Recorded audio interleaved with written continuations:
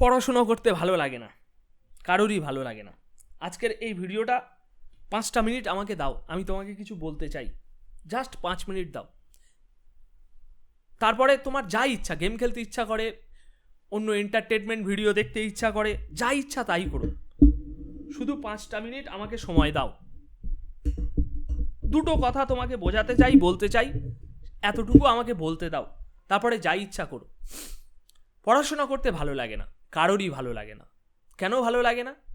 কারণ এতে কোনো ইন্টারেস্ট নেই। 5 মিনিট আমাকে দাও, আমি বলছি তো, আমি আজকে নতুন কিছু তোমাকে বলবো, নতুন কিছু তোমাকে জানাবো। হলো তো, কথা দিচ্ছি। যদি নতুন কিছু না পাও এই ভিডিওটা থেকে, তা আমি মানুষের বাচ্চা না, অমানুষ। আমাকে আজকের পর থেকে আর বিশ্বাস করতে হবে না, ঠিক আছে? পড়াশুনোতে ভালো লাগে না, আমরা সব জানি যে পড়াশুনো করলে কি হয় না হয়, সব জানি, কিন্তু তাও মন থেকে আসে না। কারণ তুমি জানো না, অ্যাকচুয়ালিতে জানো না পড়াশোনার মূল্য কি। কারণ তোমার এই বয়সটা এখনো পার হয়নি। পড়াশোনা করার যে বয়সটা, সেটা এখনো পার হয়নি। পড়াশোনার মূল্য কতটা আর পড়াশোনা না করলে কি ক্ষতি হয়, আমার কাছে জিজ্ঞাসা করো, আমার কাছে জিজ্ঞাসা করো। স্কুলের গণ্ডি পার হতে পারিনি, আজ বয়স 30+। পড়াশোনার মূল্য কতটা জিজ্ঞাসা করো আমাকে। আমি যদি কলেজ পার করতে পারতাম তাহলে কি বেনিফিট হতো, সেটা এখন আমি বুঝতে পারছি। দরকার নেই চাকরি, কিন্তু তার সত্ত্বেও শিক্ষার কতটা দরকার, কত জায়গায় মান সম্মানে পড়তে হয়, চোখ থাকতেও অন্ধ হয়ে থাকতে হয়। আমাকে জিজ্ঞাসা করো কি কি বেনিফিট আছে পড়াশুনো না করার আর পড়াশোনা করার। সব জানি, তোমার এই বয়সটা তুমি এখনো পার করোনি, তো ওই জন্য বুঝতে পারছো না।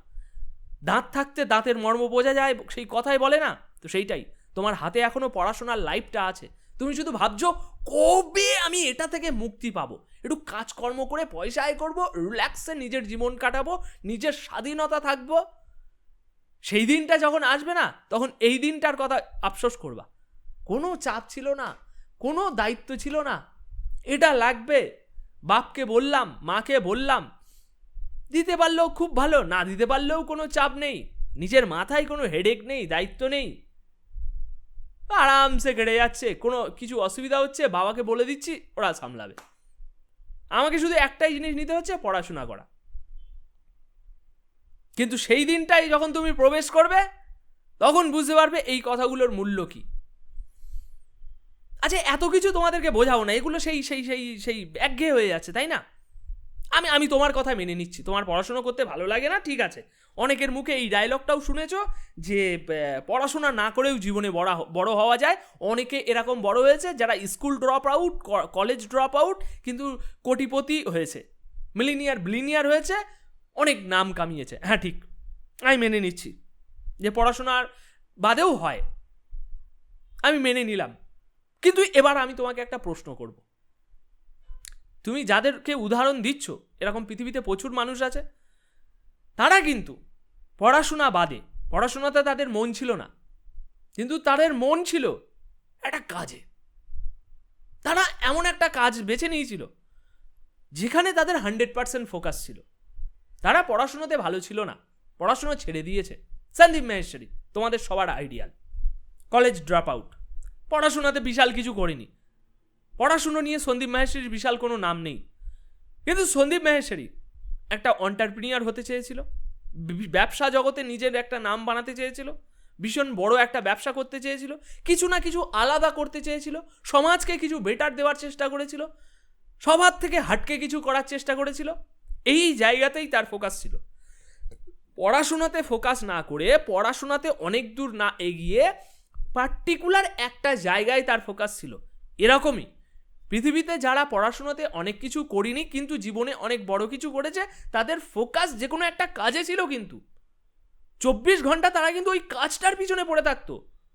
এই 10 জন মানুষ, আমি যে তোমাকে বলছি পড়ো পড়ো পড়ো পড়ো, বই নিয়ে পড়ো, 24 ঘন্টা না 10 ঘন্টা করে পড়ো, ডেলি পড়ো, এগুলো যদি তুমি করতে না প্রস্তুত হও, বা সেই মানুষগুলো প্রস্তুত ছিল না বলে পড়াশোনা ছেড়ে দিয়েছিল, কিন্তু তারা ওই 10 ঘন্টা পড়ার, যে 10 ঘন্টা 100% ফোকাস করার, যে পড়াশোনাতে 100% ফোকাস করার যে জিনিসটা, সেটা তারা তাদের কাজে ফোকাস করছিল।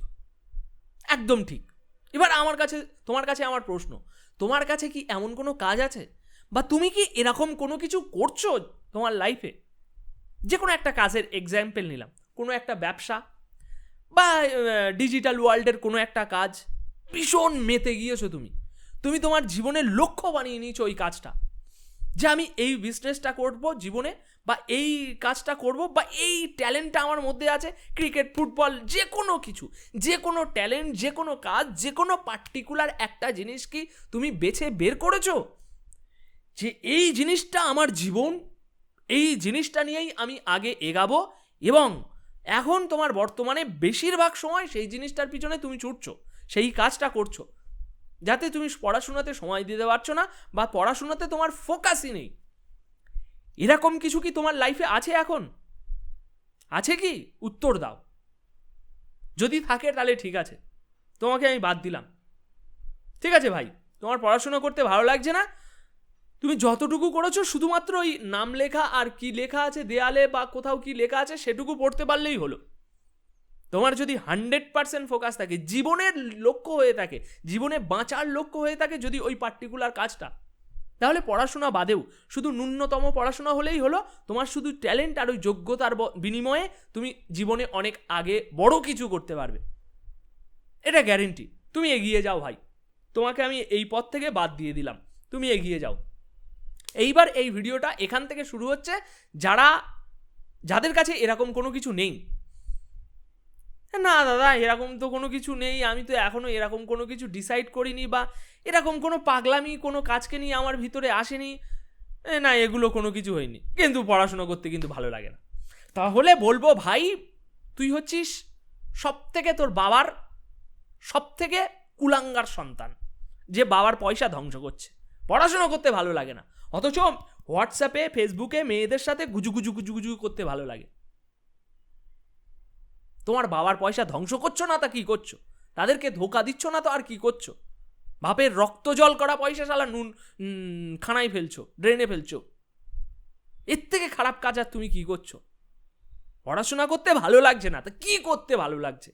কোনো একটা কাজ করতে ভালো লাগছে তো করো না সেই কাজ, বাবা মাকে প্রমাণ করে দেখাও না, দেখো আমি পড়াশোনা করিনি, এই কাজটা করে জীবনে এত বড় হয়েছি, দেখো এত টাকা আয় করছি, এরকম কোনো কিছু কি খুঁজে বার করেছো? তাহলে কি করছো জীবনে?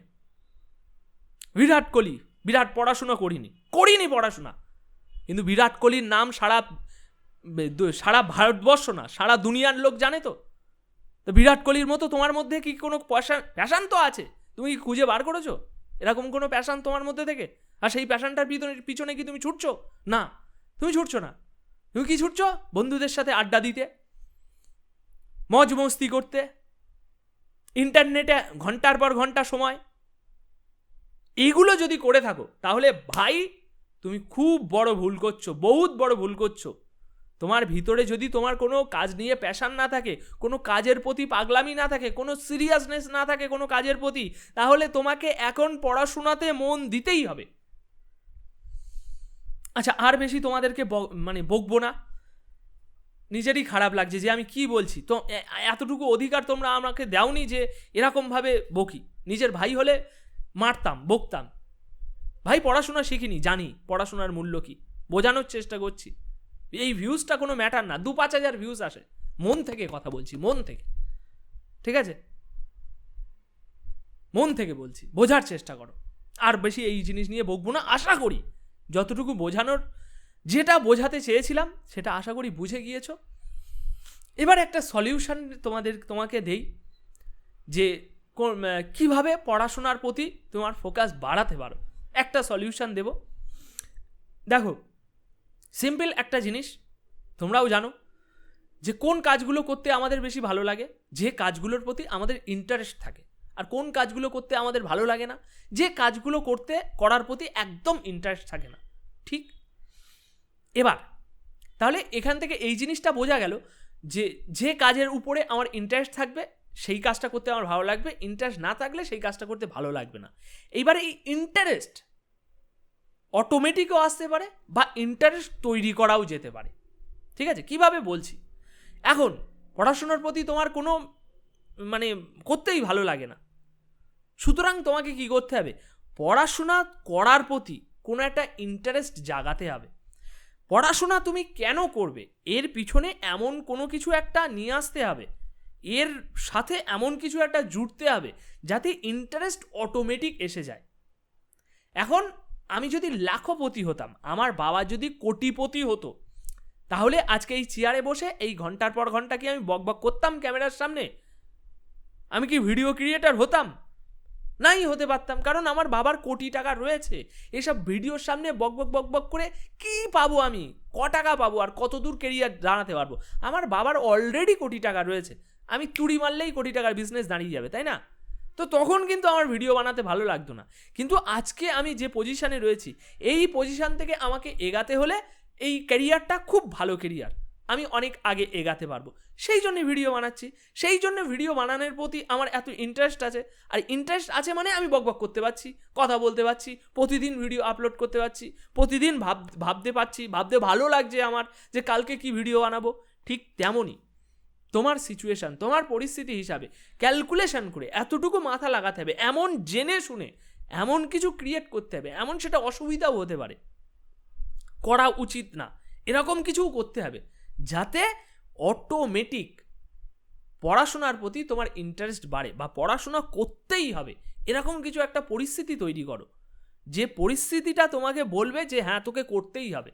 তখন তোমার মাইন্ড তোমার সাথ দিতে থাকবে যে ভাই পড়, আর কোনো উপায় নেই। দেখো, এটা একদম বাস্তব সত্যি কথা যে শুধুমাত্র স্কুল কলেজের পড়াশোনা তোমাকে তোমার জীবনে সফলতা এনে দেবে না।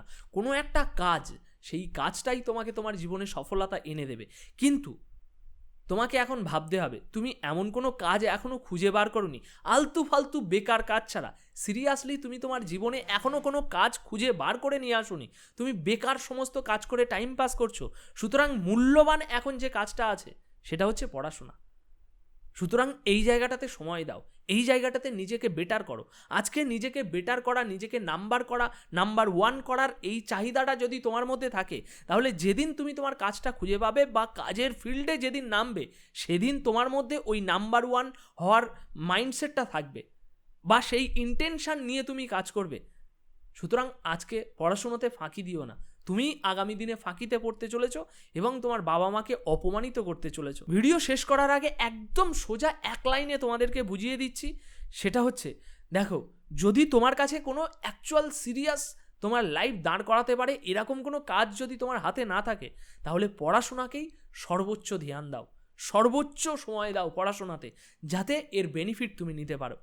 আশা করি আজকের এই ভিডিওটার মাধ্যমে আমার থট প্রসেসের থেকে কিছু ভ্যালু হলেও তোমার লাইফে অ্যাড করতে পেরেছি।